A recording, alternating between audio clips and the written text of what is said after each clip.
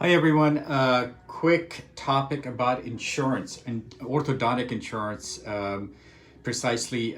So orthodontic insurance, usually if you have it, that's awesome. They have a benefit that ranges from sometimes $1,000 to a $1,500 lifetime maximum. That means if you had used it once, then you cannot reuse it.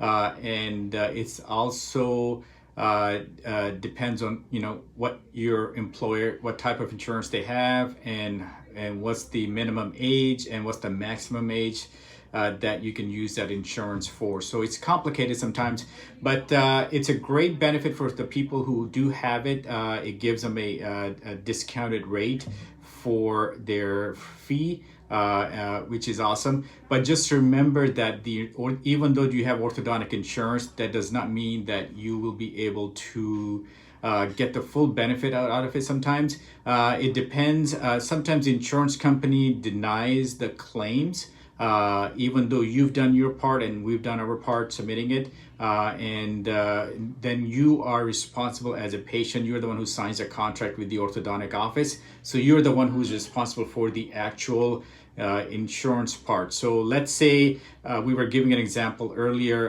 in the earlier video about a $5,000 treatment cost. Again, that's just an estimated treatment cost. Sometimes it's more, sometimes it's less. So at $5,000, let's say your insurance has a minimum or maximum benefit of $1,500. So if you take off that $1,500 out of the $5,000, you'll be at $3,500. Which is an excellent fee for a orthodontic treatment, plus or minus. But so even though you're making your payments towards that balance of $3,500, you are still responsible for that $1,500 if the insurance company does not cover it or insurance coverage does not cover it. So why are the reasons sometimes the insurance will not pay the full $1,500? One, it could be that your insurance got terminated for some odd reason. Either the employer stopped that plan that you were on, or they changed the plan options during your treatment of about 2 years. Or second is you might have lost that job and your insurance is gone. Third could be that they denied it because you've had orthodontic insurance coverage before, or you've used part of it before, and they're not going to cover it. Sometimes we have had in instances where they're paying normal, they're out of the $1,500 they're paying normally, and then all of a sudden they reach a year and then they decide not to just pay for whatever reason. We have no idea why they do that, and we do everything on our side, and still they don't want to pay. So you are going to be responsible for the remaining balance of whatever is left on the insurance.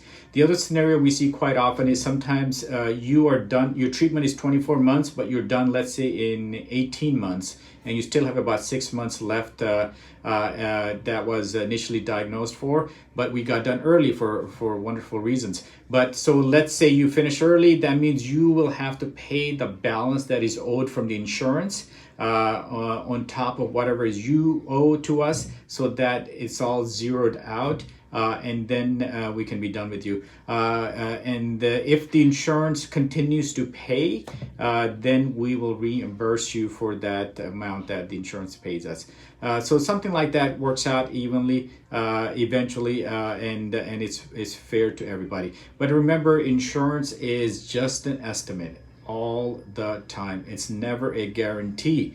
We've had patients and we've had scenarios where we've gone back and forth for 2 years, 3 years with the insurance company, and they still do not pay the dental office or the orthodontic office for the fees that were submitted or the treatment that was rendered. So you are, as a patient, you are responsible for the insurance part as well. So don't assume that just because you have $1,500 from the insurance or $1,000 from the insurance that you can just relax and say, I don't have to pay that. But if the insurance does not pay, you are responsible for it. Anyways, if you have further questions, please feel free to call our office at 760-407-0104. Take care.